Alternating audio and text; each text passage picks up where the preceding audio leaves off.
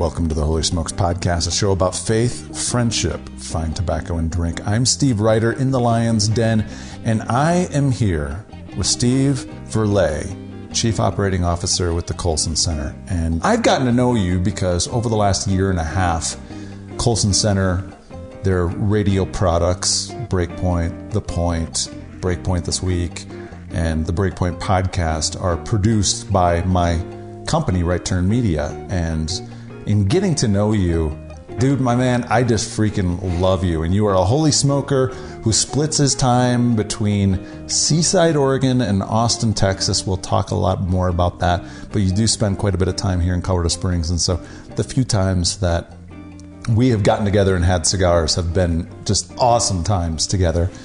First question, though, what you smoking? It is a Tabernacle.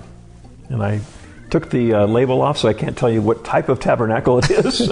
I can dig it up. It's probably in the ashtray there, but yeah, it's a Tabernacle. Tabernacle. And I noticed you came with a bag, so did you pick it up? Did you bring it from where you were at, or? Yeah, I've been carrying this one around for a little while. I think I got this one in Austin a little while ago, and it was up next. Nice. And then I've just got a smoker-friendly Nicaraguan blend that I just picked up on my way back. I'm getting low on cigars. I got to reach back out to some of the manufacturers that have been supplying us and get some more for the podcast. There you go. So, Steve, you are a fellow Midwestern kid. You grew up in Indiana. I did. Mishawaka, Indiana. Where is Mishawaka? Mishawaka, Indiana is right next to South Bend, Indiana, which is up on the northwest side of the state. Which you and I have had a conversation. I seriously looked at when I was in college, going to Taylor, which is an upland about, probably about an hour and a half south of South Bend. Fort Wayne area. Yeah, it's kind of between Indianapolis and South Bend. And I happened to stop by South Bend on my way back to Wisconsin and spend a night there. And I fell in love with the Notre Dame campus. Notre Dame campus is special. Absolutely gorgeous campus. I believe it's 1,200 acres, and there's 2 lakes and just a lot of architecture. And there's a tree on campus from every state in the country or something like that. They just purposely planted and just kind of created a. So yeah. I guess when you have that many students, obviously it's a Catholic school, but that many students coming from around the nation that do something like that's pretty cool. Yep. So how did you get to Notre Dame? I mean, obviously you had plans to go somewhere else. I did. Yeah, so I grew up in Mishawaka. I was probably 10 or 15 minutes away from the Notre Dame campus, so it was part of my life. Both of my brothers had gone there in their time. My dad actually went to night school there way long time ago. Yeah. And so it was and I went to a Catholic high school, so it was kind of the thing, you matriculated and you went to Notre Dame. But I was really into science and science in high school. And my dream all the time was to go into astronomy. I was an amateur astronomer, built my own telescope, did all that stuff when I was in high school. So I had my sights set on going to MIT and studying astronomy, physics and astronomy. And so as I went through my senior year in high school, applied, did the SATs, did all that kind of stuff, was accepted at MIT, was kind of a dream fulfilled, lifetime dream. But something about being born in Indiana, I guess there's this whole aspect of, I've never been to Boston, I've never been to the MIT campus, and I was going to spend the next 4 years of my life there. And so decided to go to Boston and check it out. So bought a ticket, went to Boston, managed to crash on the floor of a friend's dorm fraternity room and checked out the campus. And it just was really troubling. I mean, not surprisingly, there were a lot of geeks there. People worked really, really hard there. It shouldn't have been a big surprise. But I was already starting to think that college maybe should be more than just all about the studying and all that. Plus, it was a very urban campus, and mostly concrete and buildings and just really dense, concentrated, which was something I was not used to coming out of Indiana.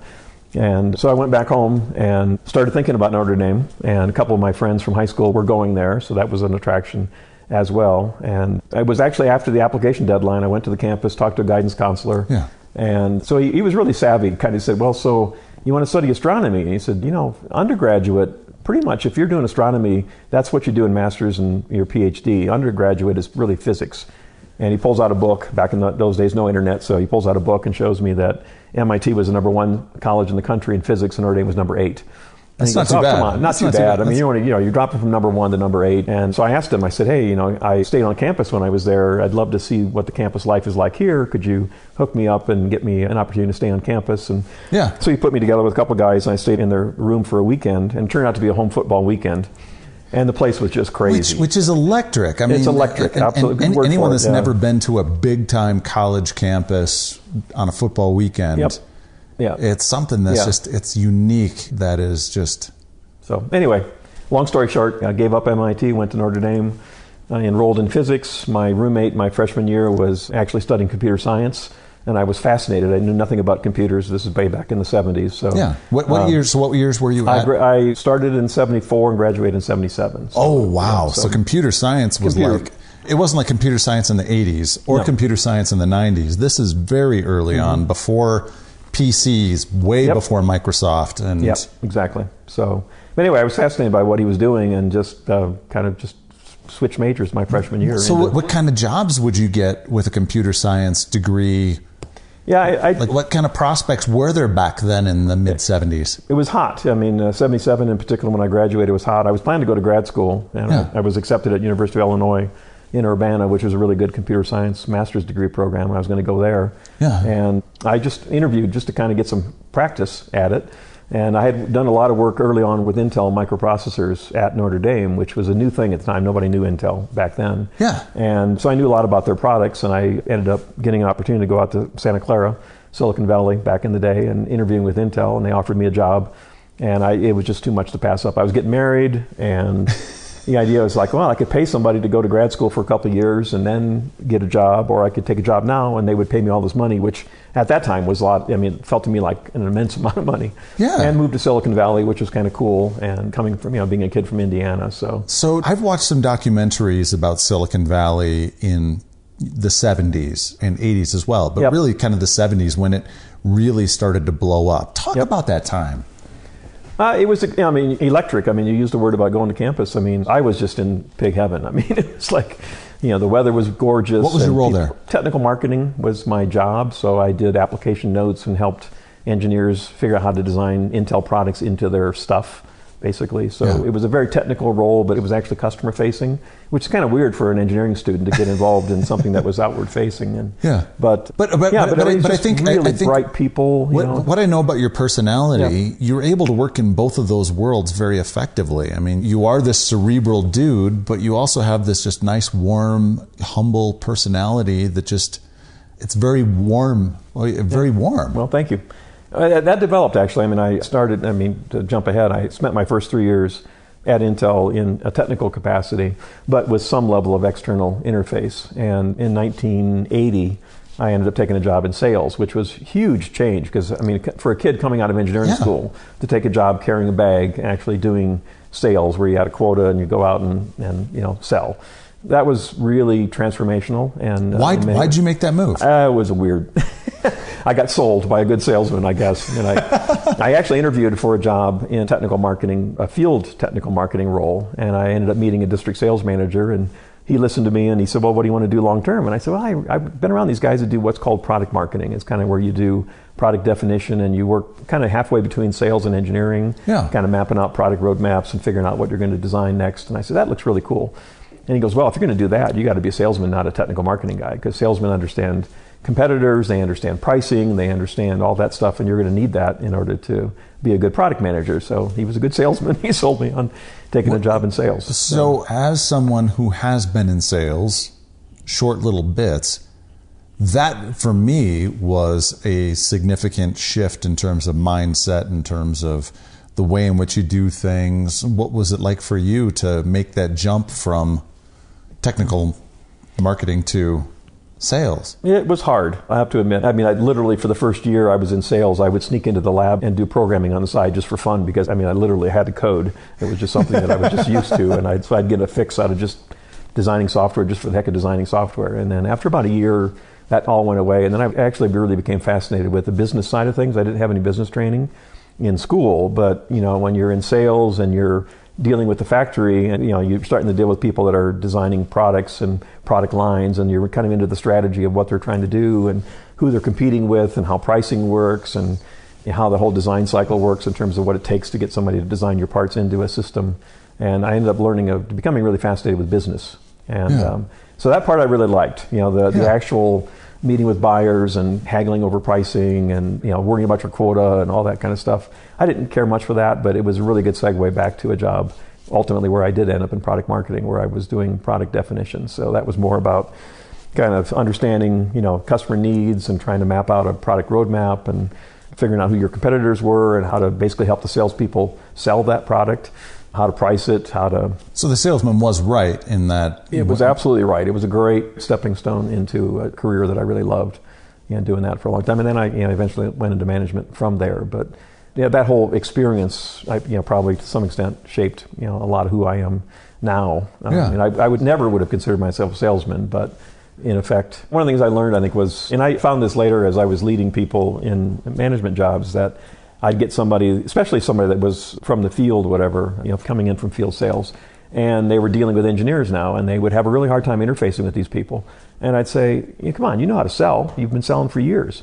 You're selling an idea to an engineer. You're selling. Just use the same skills. You can't dictate to them. You can't tell them what to do. You got to sell. You're selling ideas. You're selling concepts.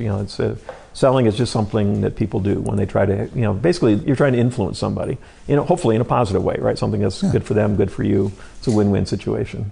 So at one point you had an opportunity. When was it to go to this small little company that was working with Intel? Yep. That kind of blew up. From there, and became something really, really huge. Talk about that. Yeah, so it was 1982. So I'd been in sales for 3 years. One of my customers was a software company in Bellevue, Washington called Microsoft. And nobody knew who they were at the time. There were like 100 people. They had just moved from Albuquerque, New Mexico. I was wondering if it was... It was just it was still the early crowd of folks that had come out of Albuquerque. And so one of the guys that I would meet with once a month, typically just take them out to lunch. They didn't really buy much, but they were fascinating people, and I just really got to like them. And so I was having lunch with this guy, and he said, hey, we got this really new project, really super secret. Can't tell you about it. It's using one of your chips, though. And so he was kind of teasing me for like about a year as they were working on this project. And I never knew what the project itself was. And literally, this is a kind of a weird deal. I had set up lunch with him. We were sitting at the restaurant, and he goes, hey, did you read the news? And I said, no. And he goes, well, we finally announced that project. And we did a deal with IBM, and we designed this thing they're calling a personal computer. And it's using an 8088, which is, of course, the Intel device. And he goes, you want to go back and see it? So we left the restaurant, and we went back to the office, and he shows me this kind of circuit board with a bunch of wires in it. And that was the original PC motherboard from the original 8088-based Microsoft product that they had designed with IBM. And then he said, well, this is really going to put us on the map, and we're really looking to expand, and we're going to hire some salespeople, and you're a sales guy, and would you be interested in a sales job? And at the time, they were hiring 4 salespeople, and they were going to cut the country up in quarters. And so I started talking to them about a job that would have been the salesperson for the Southeast, which in their definition was everything from Virginia to Florida, across to Texas, and up to, Missouri or something. That's a lot of territory. Huge territory. Oh my gosh. And there was only 4 of them, and basically would have been, selling for Microsoft at the time. And so I went through, all the interviewed with Bill Gates and with Steve Ballmer and the whole team that was there. They offered me the job, and I took the job, and then I resigned. I went into my sales manager, who was the same guy that sold me on coming into the sales job in the first place. And, I was so naive. I was 20-some years old, and I just, back in my world, when you left a company, you gave them 2 weeks' notice. That's what you did. Yeah. So I said, I'm 2 weeks' notice. And they said, well, where are you going to go? And I said, I'm going to go work for Microsoft. They said, you're not going to go work for Microsoft. And he came in literally that afternoon, I think it was, and he put a plane ticket on my desk, and he said, you're going to Santa Clara tomorrow. You need to meet with the leadership team at Intel. So I dutifully got on a plane and went to Intel and started out with the regional sales manager and then the national sales manager, and ended up meeting with a guy named Bill Davidow, who was the VP of Sales and Marketing at Intel, and they just did a number on me. They worked me hard all day long, and one of the early guys found that I realized they were talking to each other because they were trying to find the weak spot in my thinking. And I had a 1-year-old and a 4-year-old at the time, and my wife was really uneasy about the work ethic at Microsoft and the travel, because I would have been 50% travel, and I was living in Seattle, so that would have been cross-country flights and all. And they discovered that I was uneasy about whether or not it was a really good thing for my family. And then they just hammered me on that. So I got home and talked to my wife, and we said, nah, they're right. This is not a good thing to do. So the next morning I called Steve Ballmer and said, Steve, I changed my mind. And he literally screamed at me over the telephone, told me I had to come back in, and I was making the biggest mistake of my life and all the rest of it. So, and I wasn't even a believer at this point, but that was one place where God just protected me. Well, I mean, a mistake in a financial perspective, I can see, but not in terms of, I mean, I've heard you describe those early Microsoft employees as being divorced and just lonely and wealthy and divorced. Yeah. Yeah. It would have been, I probably would have ruined my marriage. It would have, again, it would have been fascinating intellectually. It would have been electric, to use that word again, to be part of an industry like that was exploding. But obviously I had a great career. I stayed at Intel and ended up leaving and being part of a bunch of other technology companies. So I didn't miss much, really, but that was an interesting episode of my life. You just mentioned your faith journey. Let's talk about that, because you grew up Catholic, and then when you came out of college, you were in a much different position, if I remember right. Absolutely, yeah. Somebody once told me about being educated beyond your intelligence, and I think that affected me. So, interestingly, when I look back in Catholic high school, I remember being taught in biology class about evolution and really buying into that. A, it was interesting that they would teach that in a Catholic high school, and B, that I would be led to just swallow it hook, line, and sinker. And to some extent, it was probably my earliest brush with worldview too, in terms of, hey, well, wait a minute, if we all just came from animals and, you follow that to its logical conclusion. And I just walked away from my faith, and I was, succeeding in a career and started a family, and, just wasn't really interested in going to church that much. So we had kids pretty early, and my wife was very committed to her Catholic faith, and our son was baptized in the Catholic faith. Our daughter, they both did First Communion. They were confirmed. Over time, I was just, less and less interested in it. Really didn't have an intellectual foundation, and I think it was the faith of my parents, and it was not a faith that I really had owned myself. And so by the time I was 30, I was pretty much declared myself a secular humanist, and I had just completely walked away, stopped going to church, and all the rest of it. So, God didn't let go of me. I let go of him temporarily, I suppose. But I look at those moments, though, and I say he was still protecting me. I think in that instance, he was protecting me from making a decision that would have probably really damaged my family, long term. So very grateful for that in retrospect, but didn't see it at the time. Yeah. And could only see it looking back on that episode. So where did you go after Intel? There was a bunch of guys from Intel that left Intel in 1983, and they started a company called Sequent Computer Systems, which is, they wanted to go build big computer systems based on microprocessors. And these were some of the brightest guys. Quite a few of them people I had worked with a lot at Intel, and I knew that they had left. It was a big deal. In fact, 17 guys left Intel all on the same day. It was a scandal because they all resigned en masse. Andy Grove, who was the CEO of Intel at the time, just lost it because these guys, one guy was the general manager of the microprocessor division, the other guy was general manager of the memory products division. So the two biggest product divisions of the company left on the same day and took 15 other guys with them. And it was a scandal. And so I knew all of them, and it was kind of like, wow, it's really interesting watching this thing go down. About 3 years later, they finally started taking off. And I got a call at home from a guy I knew at Intel. It was one of those 17, and said, hey, we're looking for more people. And I got, ended up meeting with the president of Sequent, a guy named Scott Gibson, who I knew of at Intel, and absolutely just really, really liked the guy and just was super impressed with what they were doing. And I'd been at Intel 9 years by then, and they were just doing some really cool stuff. And so I jumped in with them and was there for about 7 years. And that was just probably one of the best 7 years of my life, career-wise. Really? Just learning and growing. I mean, it was just a rocket ship. I mean, they were 15 million the first year and 45 the next year. Went public. Grew to 300 million and just scaled up. And so I was in a very high growth company, and it just enabled me to really grow in my career and learned a ton. And it was just a really good experience. So.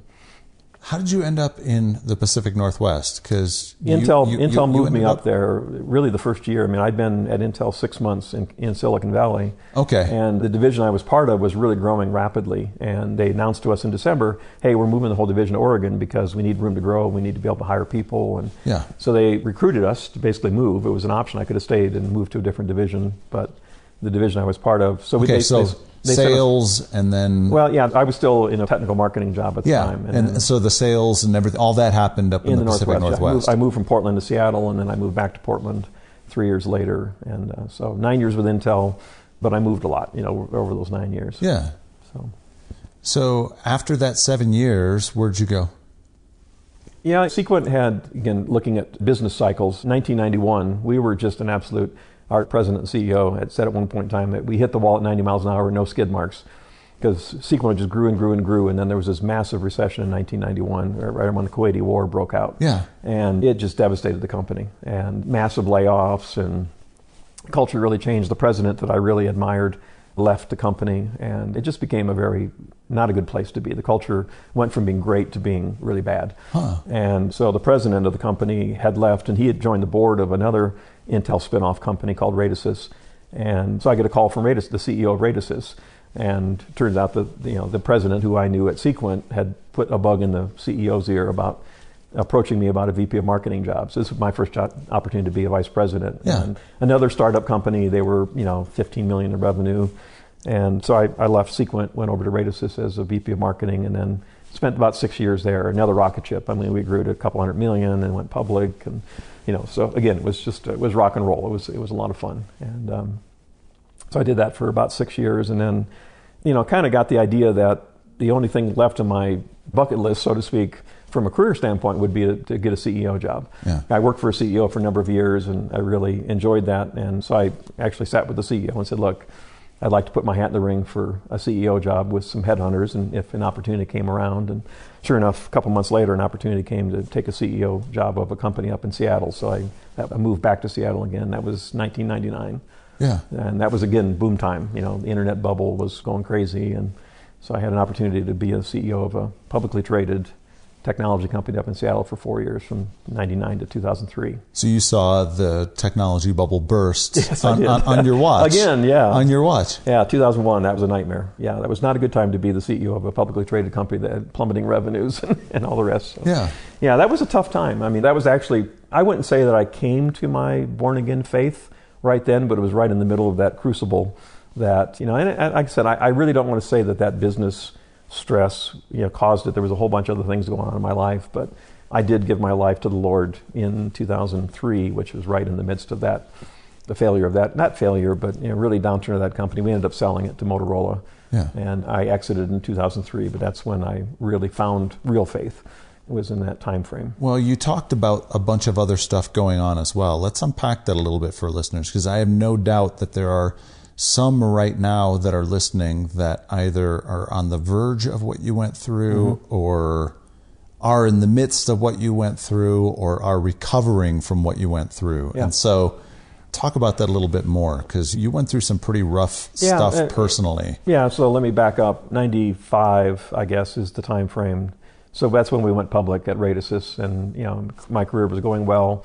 And we had just done an acquisition that I led, and it was my first opportunity to be a general manager of a division and all that, traveling like crazy, and just had prioritized, my career became, my wife at one point said, I didn't have a mistress in terms of an infidelity, but my mistress was my job. Yeah. And I still remember her telling me that, and it was true. And, that was 95-ish. And so that was a really, really tough time. And again, this is when I look back, another God moment. I was not walking with the Lord at that point, wasn't going to church, and my kids were, reasonably young at this point. So my daughter was 14, sorry, son 17. And I really distinctly remember, like I had told you about this part of it, literally we were at the kind of the depths of it, and I had mentally decided that I was ending the marriage as a result of this. And, she was not happy, and it didn't seem to be reconcilable at all. And I remember it was this weird time where we were supposed to go to a party with some friends from work, and we were having a really bad blow up at this point, and obviously we weren't going to go to this party, and I couldn't get hold of them to tell them I wasn't coming. So I got in my car, and I was going to drive to their house and just tell them, look, I can't tell you why, tough time, but we're not coming to this party. And I got in my car, and just as I was driving, I just got this strong sensation of, no, you're supposed to fight for this. You're going to fight for this marriage. And so we didn't go to the party, and just a lot of reflection. And I can't remember the details, but I remember kind of writing out to my wife this kind of like this declaration of saying, I'm going to fight for this. And I kind of wrote a bunch of promises on there in terms of how I was going to change. It's kind of like I wasn't in control. I couldn't get her to change her belief she'd fallen in love with someone else. That was where she was at. And so I realized that if I was going to fight for this, I had to be the one to change myself, if you will, or to the only one that to you make some commitments. really. Right, make some commitments. So I remember writing these promises, and the first promise was, I'll start going back to church with you, because I knew that was important to her, even though we weren't going to church at this point in time. And that was one of the things I wrote, and so I followed through. And your wife was going to a Catholic church at the time, was she, we had kind of like done some church shopping. We'd looked at a couple different things, but there was a church that was in our neighborhood. It was called Mountain Park Church, and the pastor was a guy named Dave Bennett and his wife Phyllis, and they had two sons and actually were contemporaries of my kids and went to school with my kids. And my daughter, it's interesting, my daughter had started going to Young Life with a bunch of her friends, and she was really enjoying these kids, and many of these kids went to this church, so she had started going to this church, even though we weren't going to that church, and she was. So it just seemed natural that was the place we would go, and so we started going to Mountain Park Church. And it was kind of really interesting for me, a couple things that were really fascinating. One was Dave Bennett was the pastor. Dave had gone to MIT, interestingly, how this comes back into the story, and he was a mechanical engineer, undergrad, so same kind of background as me. Yeah. And when he graduated, he felt a call to go into ministry, and he went to Princeton Divinity and got his MDiv and ended up becoming a pastor. So part of it was, for me, was like, wow, this is a really smart dude who likes engineering. And, I had kind of built up this mythology about, only people that are Christians are people that are weak and don't think for themselves. Sounds very derogatory now. So I was really impressed with Dave. Secondly, the church practiced expository teaching. And, just basically was plowing through chapters of the Bible. And as a Catholic, it wasn't preaching that I was used to, and the Bible wasn't something that I was used to just working through. And it fascinated me as an approach. I learned more about the Bible sitting under his teaching. And it's like I said, and I watched his family, and his wife was really an amazing woman, and their kids were amazing. And I think that started me on a journey spiritually. And it was certainly good for the marriage by going back to church.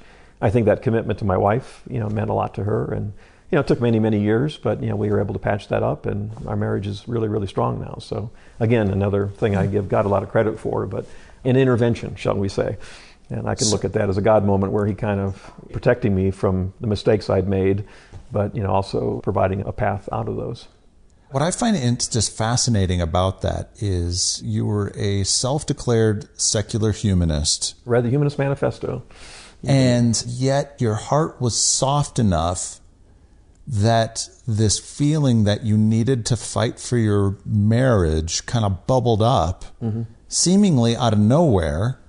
Felt that way because it was a thought that came from outside of myself. I mean, in retrospect, I can see where God led me down that path. It wasn't something that I did through my own volition necessarily. Was there anything going on during that time that kind of softened your heart enough or your mind enough to be open to something like that? Again, from a logical perspective, the way that my brain tends to work, that's not what I would have done. I would have bolted. I would have just, stayed in control, done my thing. And so I have to point to external, prompting or leading to have done that, because I don't think my own heart would have found that solution. I'm absolutely blown away by that, because I think if I had been in the same situation, I would have absolutely closed it off and been like, nope, and moved on. And obviously your life would have turned out very differently. Yep. Because you probably, you can't say God wouldn't have got a hold of you at some point down the road later on, but that obviously was like kind of that turning point of God saying, okay, here you go. Yep. I have a different plan for you. So I'm going to plant this desire in your heart. I'm going to plant this idea in your mind. Yep. And completely agree. That's oh my gosh, that's just fascinating to me. Yeah, definitely a pivot. So this is 1995, 1996 time. Yep. And you said just a little bit ago that your real faith moment was in 2003. What kind of happened during that in between finding this church and then actually saying 2003 was my big moment? Again, I got this opportunity to be a CEO, so we moved to Seattle, which was really painful for my wife. And she, bless her soul, from Portland. We were in Portland. We'd been there at this point 16 years back in Portland. And so my wife's friends, now her church, our kids. Our son was off to college and our daughter was graduating from high school. So where'd your son go off to school? Carnegie Mellon in Pittsburgh. Okay. And but I got this opportunity back in Seattle and I wanted to move. I wanted to take advantage of this job opportunity. My wife supported me. Very painful for her. She left a lot of friends behind. And 99 was another really tough year because we moved to Seattle. I was really busy with my new job. I was traveling again. She moved, new house, had to find new friends, new church. And it was a really, really tough time for her. But, by then recommitted to the marriage. And so We stuck it out, and that was a tough 4 years. I mean, again, the business didn't go as well as I would have liked. That wasn't the outcome that I wanted. But what I found was just a real hunger to at least study, and I was open to, so I was reading a lot of books, and, Case for Christ, Lee Strobel, good example, and just other books that were things that helped me kind of think through kind of the intellectual side of faith that I had never really explored. Yeah. And so it was 2003 was the year. And this is a kind of a funny little story. A lot of people have their conversion stories or their testimonies. My wife finally got kind of impatient with me. And it was one night on Saturday, she said, you've been reading a lot of books, that's great, and we've been going to this church. It's kind of a seeker-friendly church and not really a strong commitment there. And so I remember distinctly, it was a Saturday night. My wife loved to roller skate. That was her deal. So she was going off to go roller skating. And she kind of said, well, I really don't want to push you, but, I've been really kind of patient. You've been reading a lot. It's been years. Are you ever going to make a decision? Are you in or are you out on this whole faith thing? And I said, well, yeah, you're right. I kind of realized that you can study, till the cows come home. And at some point, leap of faith is a real word. I mean, you have to just decide if you're in or not. And, I need to make that decision. And she got all excited. She's like, really? Well, that's great. And she goes, these guys came to the door a couple months ago and they wanted to talk to me about Christian faith. And I told them, well, don't waste your time. I'm already a believer, but come on in, let's talk. And so she was talking to these two guys who were missionaries. And she said, they left me a VHS tape. Maybe we can watch it together.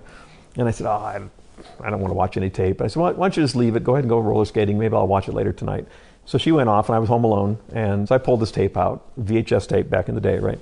And I plop it in the VHS recorder. And it was the Jesus film from Crew, which I didn't know at the time. I didn't know anything about it, right? Yeah. So I watched this thing. It was actually one of the cheesiest movies I've ever seen in my life. But, it gets to the end of the movie and there's the sinner's prayer. So I got down on my knees and I prayed the sinner's prayer after the end of the movie. And I said, look, God, if you're real, I'm one of these really stubborn, kind of doubtful kind of guys. So you're probably going to need to give me some kind of a sign just to make sure that I know that it's real, right? But I'll pray the prayer. I went to bed. My wife came home late and I was already asleep and she didn't want to wake me up. So she slept in the guest room. And the house we were living at the time was up on a hill looking out over a lake. And I loved to leave the windows open on the bedroom because in the morning I could kind of look out and see the lake. And so I wake up in the morning and roll over and look out the window, and there's this massive rainbow stretched across the lake. And I went, that's my rainbow. So I was all excited. So I went in the guest room and woke her up and said, I prayed the prayer last night and God gave me a rainbow. And it was this crazy kind of experience. So, we called my daughter and, tell her, and she's actually at Seattle Pacific University across town at this point in time. So she's crying and I'm crying. And my mom was in her 80s at this point. And so I called my mom and told her all about it. And of course, my mom was still a devout Catholic, right? Yes. And she knew that what I was saying was kind of born again language, right?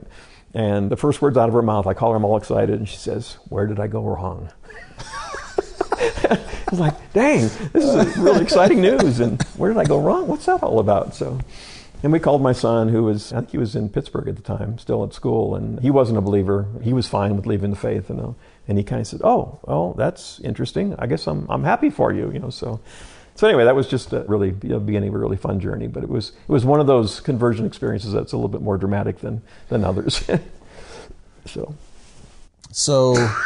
2003. Yep. The company gets bought by Motorola. Mm-hmm. You exit. Where do you land? I took a little time off. Ended up at a company called Coinstar, which was based in Bellevue. And that was actually that was just a real blessing. I met, a friend of mine had been the chief financial officer at Radisys. I met him there. He had also moved to Seattle. Summer of 2003, was being recruited to be this chief financial officer at Coinstar.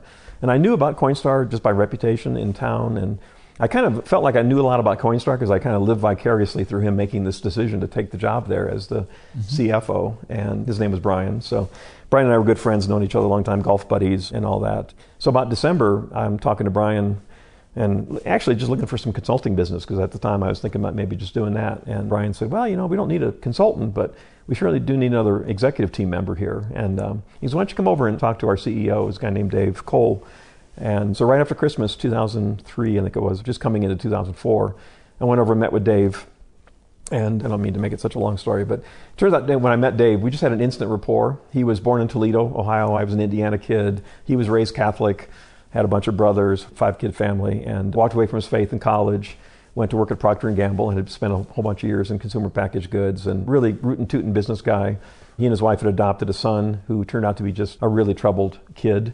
And that just brought him to his knees. In his case, it wasn't his marriage, it was his child. Yeah. Just brought him to his knees, and he he gave his life to the Lord, through this experience with his son. So he and I just had this immediate kind of, Midwestern kids, and, walked away from the Catholic faith and had come back to strong born-again faith. And he was a real, genuine, solid guy. And he and I just really hit it off. So they offered me the job pretty much, almost on the spot. And the role was? The role was, I was kind of the chief technology officer. And so I ran engineering, manufacturing, and IT.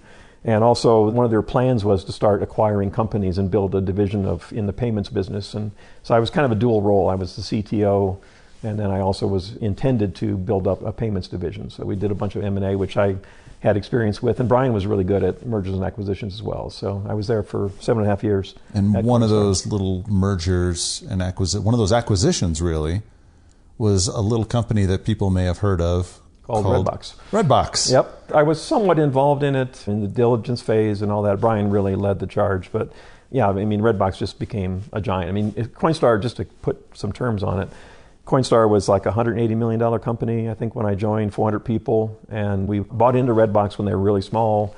We bought the whole company in 2009. And then next thing you knew, it was a $2 billion company. It was just dwarfed the rest of Coinstar. So it was really another one of those rocket ship type experiences. So that just turned out to be a really wonderful experience in many ways. Now, right around this time, you started following Chuck Colson and signed up with his Centurions program, and that really kind of took things in your life to a whole new level. Yeah, experience-wise, again, after I became a believer, we joined a really good biblical church, and the pastor there, a guy named Bud Diener, he offered a bunch of guys, he just said, hey, I'm going to teach a class on biblical worldview. Who's in? And I said, what the heck is a biblical worldview? So I said, I'm in. So, I just really liked Bud, and he was a great teacher, and so I did this program for about 1 year in the church, basically just teaching us the basics of biblical worldview. And during that time, I found out about Breakpoint, which was a program. And I ended up reading a lot of Chuck's books at that time. And I found out about Breakpoint, started following Breakpoint.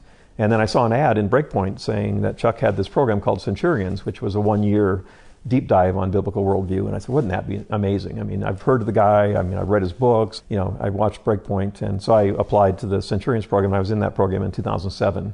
And that really set the hook, really, really deep. And so I was still at Coinstar, and we were doing the Redbox thing. And that rolled along until about 2010. So, and that's when some other things in my life started changing. So that led to my time away. Yeah, that was an interesting time as well. Again, family. 2010, Redbox was going crazy. Coinstar was going crazy. Career was going well. Family was going well. But I'm the youngest son of 3 boys. And my oldest brother was 14 years older than me. And then I had a brother 9 years older than me. And my oldest brother, Jim, had gotten Parkinson's disease, or had been diagnosed with Parkinson's in his 50s. And he was now mid-60s. Actually, 2010, he passed away, and he was 68 at the time. And so, obviously we knew it to some extent because he'd been declining, ended up in a nursing home toward the end, had just severe dementia. But he was only 68, excuse me. And I still remember it was like May of 2010. I went back for the funeral back in Indiana. And my other brother, Gary, who was 9 years older than me, was at the wedding, and he had had a heart attack, and then later had a stroke.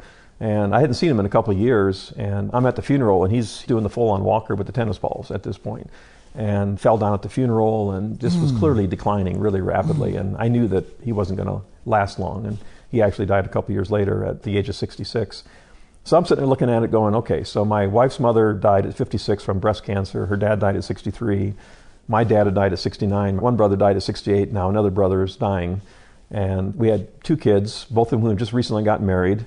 So we knew grandkids were probably around the horizon. And I had 34 years at this point doing the career thing.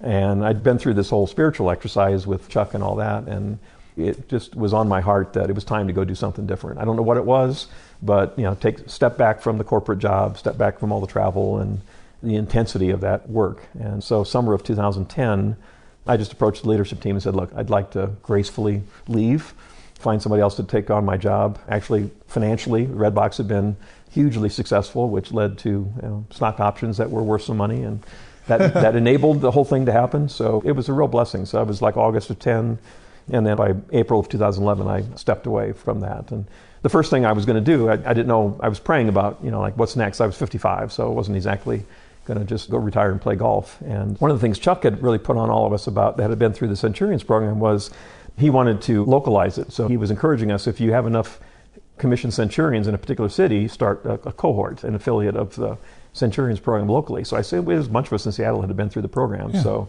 I called a group of us together, and we formed a team of about 8 of us, and we planted a local version of the Centurions program in Seattle, which we launched in 2012. And also had an opportunity to start working with Chuck and his team back in Virginia as part of this. And then met John Stonestreet at that point. He and I became friends over the years from 2007 until this time around 2011. Started working together a lot, and then Chuck up and dies on us in April of 2012. So that created a bit of a crisis for all of us that really loved him and loved the ministry and loved what he was doing. And we knew that he had this legacy that we wanted to protect, but we really needed to figure out what that looked like. Let's talk about Chuck, because inevitably there are people that are going to be listening right now that they may have heard the name, but they don't really know the history of Chuck Colson. Yeah. Chuck was an amazing dude. Yes, he was one of Dr. Dobson's closest friends. In fact, I heard Doc say Chuck was his best friend. Mm-hmm. And he was one of the few that Doc really admired as well as listened to as a peer. And the two of them would just swap stories. I had the incredible benefit of being at a lunch with Doc and Chuck in the Nashville area, and just seeing those two interact and just talk, it was magical. So Chuck Colson, who was he? Well, depending on what version of Chuck John will often say, Chuck had 3 lifetimes. He was, a lawyer and a Marine that got into politics and ended up, helping Nixon in his first administration, then really ran Nixon's re-election campaign in 1972, was special counsel to the president, sat in the office next to the Oval Office, and he was, not a nice guy in many ways. People called him, Nixon's hatchet man was kind of one of his notorious phrases. Supposedly he said something at one point about he'd run over his grandmother to get Nixon reelected or something. I don't know if he actually said that or not, but he was accused of that. He had a dramatic conversion to Christianity in 72, 73. He had left the administration already at that point and was going back into private practice, and met a guy named Tom Phillips, who was a former client of his.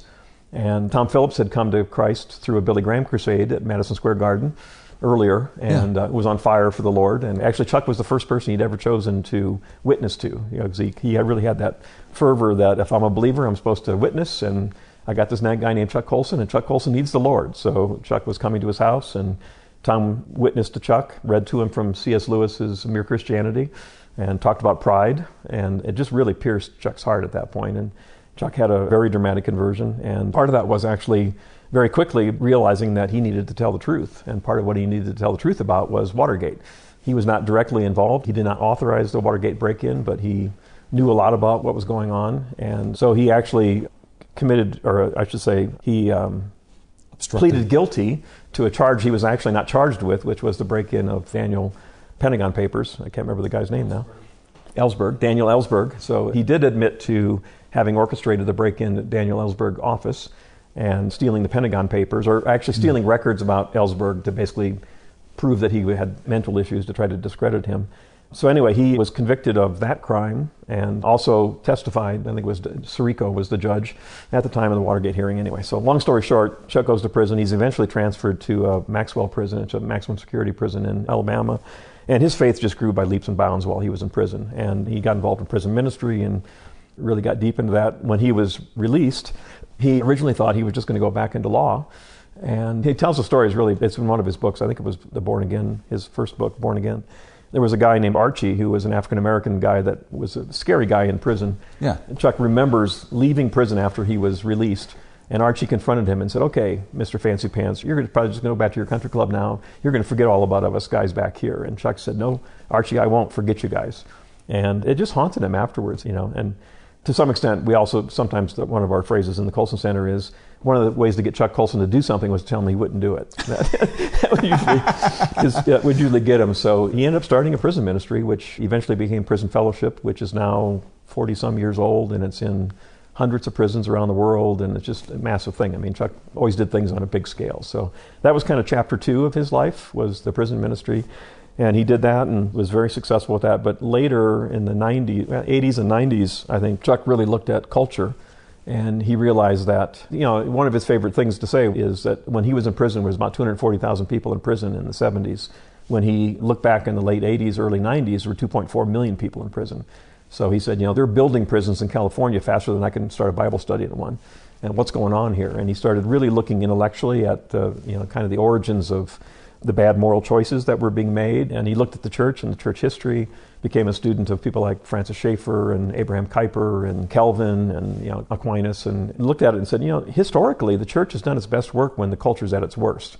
And the church, being the church, is supposed to run into the plague, is run into the problems and be salt and light. And that led him to really start writing books, the Body and How Now Shall We Live and Kingdoms in Conflict. And really the last 10, 15 years of his life, he didn't really stop doing the prison ministry, but other people ran that, and he really felt like God was calling him to spend the last 10 or 15 years of his life kind of replicating himself and teaching others how to think Christianly, which is what led to Breakpoint. It's what led to books like How Now Shall We Live. It led to the Centurions program and ultimately the Colson Center. So Chuck passes away. Yep. And Colson Center eventually is spun off. Right. Into its own organization outside of Prison Fellowship. Correct. And that's kind of where you come on board and kind of help John grow this thing and make it into what it's becoming now. Yeah, well, it's that, and again, that's, I sometimes feel like Forrest Gump. I mean, I feel like I'm a nobody that just has been able to be there at these amazing moments in history with all these really fascinating people, but it's been a real gift and a pleasure to do this. So John and I had become friends. The board and the family realized a couple years after Chuck passed away that while Prison Fellowship and the Colson Center were two really good ministries, and Chuck loved them both, they're just so different that it really made more sense for them to be independent. So in June of 2015, the board voted to allow the Colson Center to spin off as an independent ministry. Ironically, with my corporate experience, it was almost like mergers and acquisitions again. It was a divestiture. And they were really gracious. I mean, just unbelievably gracious. We discussed it, and they gave us the intellectual property and the brands and the trademarks and some cash, and gave us access to the donors and the team that we had and all the Breakpoint content from all those decades of time. And so we had a really good start. We were just a really, really gracious treatment. So basically July 1st, 2015, we were like a startup. We had to go start up a whole new ministry, but we were inheriting this massive legacy and all this content and all the stuff that Chuck had built. And so the last 4.5 years really is what that's all been about. So John was clearly anointed as Chuck's successor, and Chuck really saw John as a young man as somebody to pour himself into. And so John was really anointed to be the teacher, the speaker, the writer, really the heart and soul of the ministry in terms of the content. I had experience with business and with organization and with just the financial aspects of things. So it was just a really good partnership. I'm kind of mystery inside, trying to keep the trains running, and John does what John does so well. Well, I love working with you, my man. Make the pitch for the Colson Fellows program, which is what it's now known as. Yes. The Centurion program has become the Colson Fellows. Talk about what it is to kind of whet the appetite of listeners, of holy smokers, who may be interested in something like this. Yeah, I mean, our whole goal is really, it's transformational individually and institutionally. I mean, that's kind of how we look at it. Back in 2003, again, a little history lesson, Chuck was meeting with his board of advisors for the Colson Center piece of the ministry. And the board was really intentional. It's like, Chuck, you're in your 70s. We all know that you have a finite amount of time on this earth. What's your legacy going to be? That was the question. What's your legacy going to be? And Chuck said, well, I don't want my legacy to be a building, and I don't want my legacy to be, my books. I don't want my legacy to be even the ministry. I want my legacy to be people. And so one of the advisors, a guy named Jim Van Deerden, who's a brilliant guy, really good strategist, creative guy. I was not there at this meeting, but I've talked to people that were there, and I've talked to Jim, and he swears it happened this way. He just was inspired, and he said, well, Chuck, what you should do is you should grab 100 people a year, you should bring them to D.C., and you should spend a year with them and teach them all that you've learned about worldview and culture and how to engage culture. And I don't know, maybe we should call it something like Centurions, just to connote the fact it's like 100 people a year. And apparently the room went quiet. Jim tells me that he looked at Chuck, and Chuck had a scowl on his face, and Jim said, oh no, I've made him mad.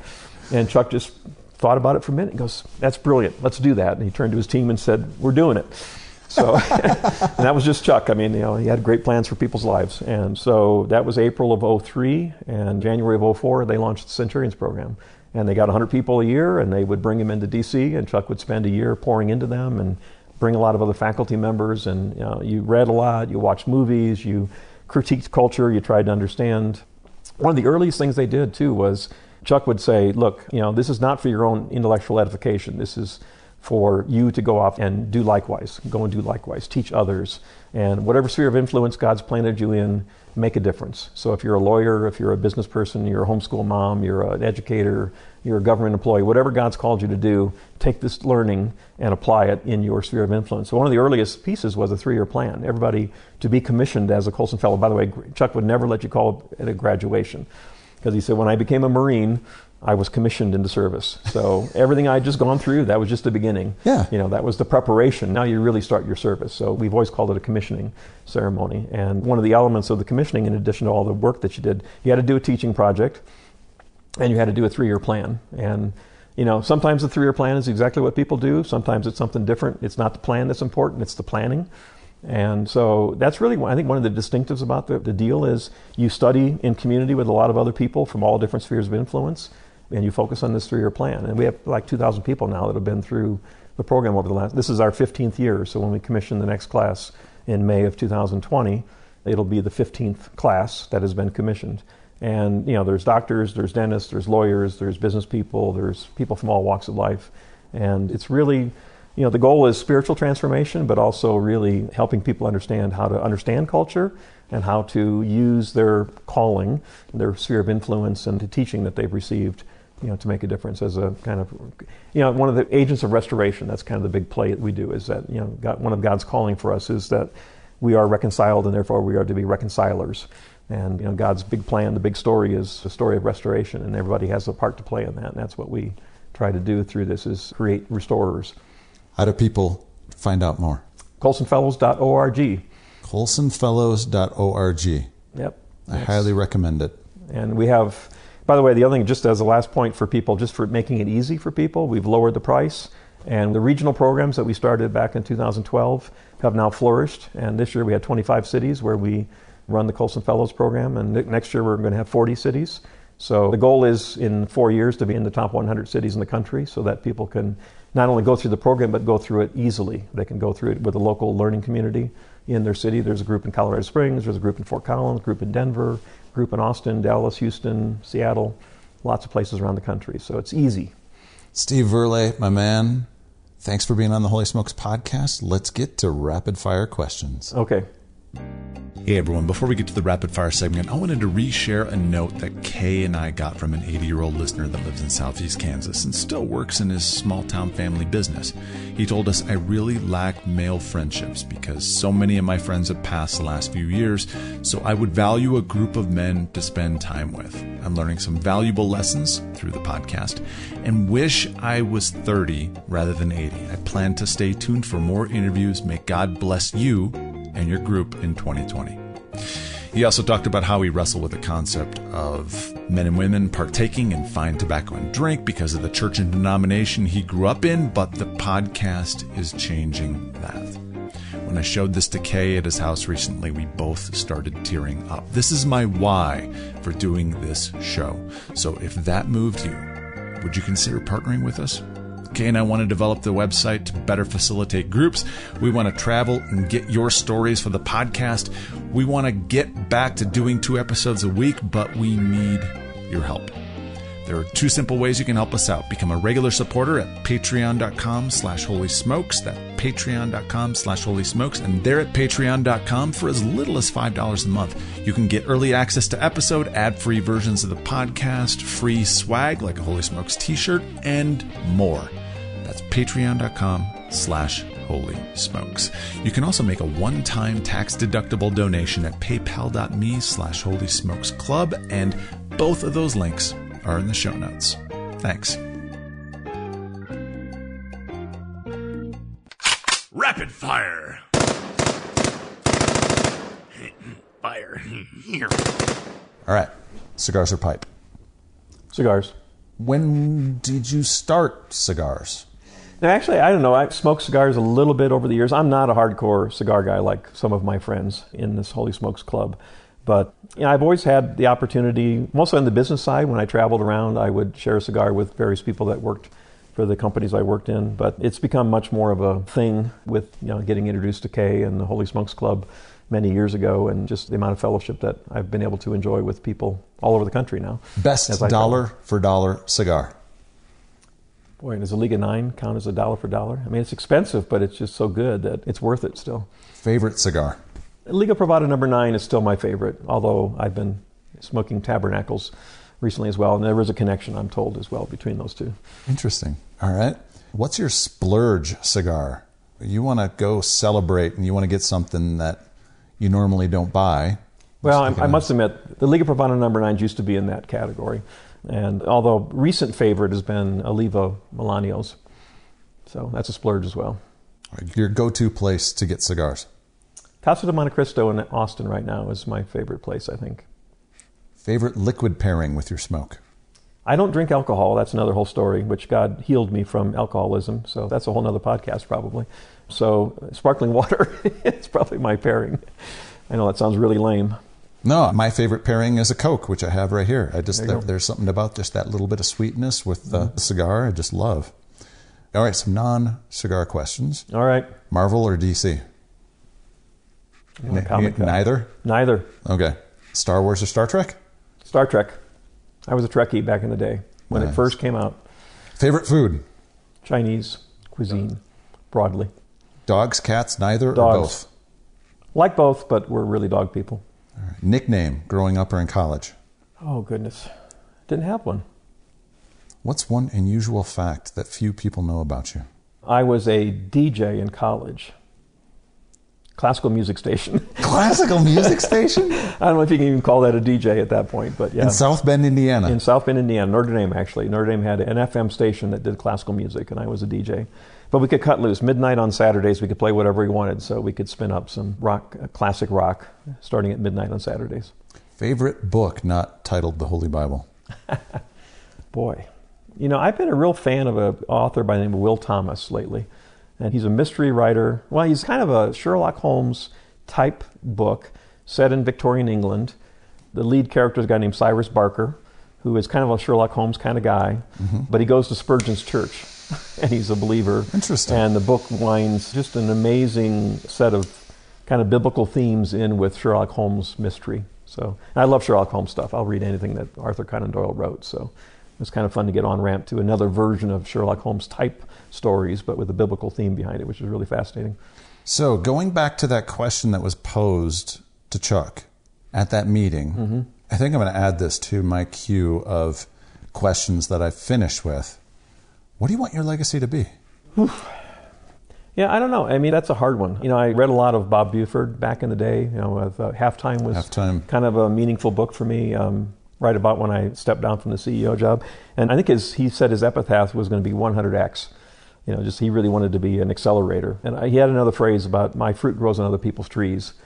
And I thought that was a really cool phrase. So, you know, I've learned, actually toward the end of my career at Coinstar and my career now, I just love helping other people find their groove. And, you know, I'm 64, John's, 20 years younger than me. And I just had such a blast finding Christian leaders who are in their 40s who have immense upside and just being able to be helpful in any way, shape, or form I can be. So it's a long answer to it, but my fruit growing in other people's trees is part of that. I can see in my interactions with the team at Colson and the way in which Brian Brown, who's the VP of marketing there, talks about you. You are doing that within the Colson circles. I mean, Brian just speaks so highly of you. He's an amazing guy. I love Brian to death. Yep. And I will have him on at some point to talk about Anselm Society, which is a society for Christian artists and sacred artisans. Art. And it's a beautiful organization. There's nothing more fun than seeing people with that kind of potential and catching them when they're in their 30s or 40s and just knowing that they've got an immense headroom and just being able to be a part of, trying to help them, maximize their potential. Nothing better. So you are doing that, my man. I'm enjoying it. All right, last two. Yep. If you were to have a holy smoke with any 3 people throughout history, who would they be? 3 people. Can't name Jesus. Albert Einstein. He's a pipe guy, right? He's a pipe guy. Yeah. I was a big fan of Einstein because I was such a science geek. That would be really fascinating. Spurgeon would be another. And I think G.K. Chesterton would be another one. Ooh. Those 3. All right. So with Einstein, this is something I meant to ask you during the interview, but we went over it so quickly. You wanted to get into astronomy. Yep. Are you still in it? Are you still into it? Not at all, unfortunately. I mean, I'm still fascinated by it, but I just, I read at one point when you get older, sometimes you return to the hobbies of your youth, and so I actually bought a telescope maybe 5-10 years ago, thought I'd get back into it again, but I just don't have the passion for it. I mean, I still love to go out in the night sky in Colorado Springs and look at the Milky Way and all that, but don't have the passion to really, obsess about it like I did when I was a teenager.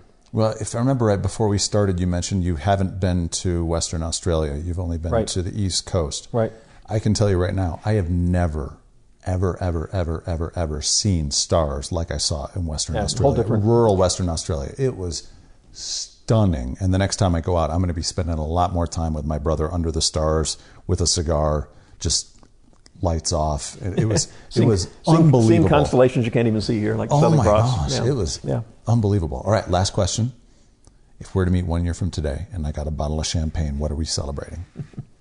I hate to be so commercial in terms of, I love what we're doing at the Colson Center, and I think we're poised to just, kind of go off in another growth spurt, another increase in the kind of influence we can have. And, knowing Chuck's dreams for this, in a way, just being able to be part of carrying on that legacy. And like, we talked about the Colson Fellows program before, and, our goal is to have hundreds and then thousands of people go through that program. And when you see the light goes on and you see those people going through the same kind of transformation that I did, that's a kick. ColsonFellows.org is the website. I highly recommend people check that out if that's something that pricked your spirit or your intellect or whatever. If you were nudged, go check it out. Please do. Steve Verleye, my man, I love you. You are just one special dude. Thanks for being on the Holy Smokes podcast. Thanks for the opportunity.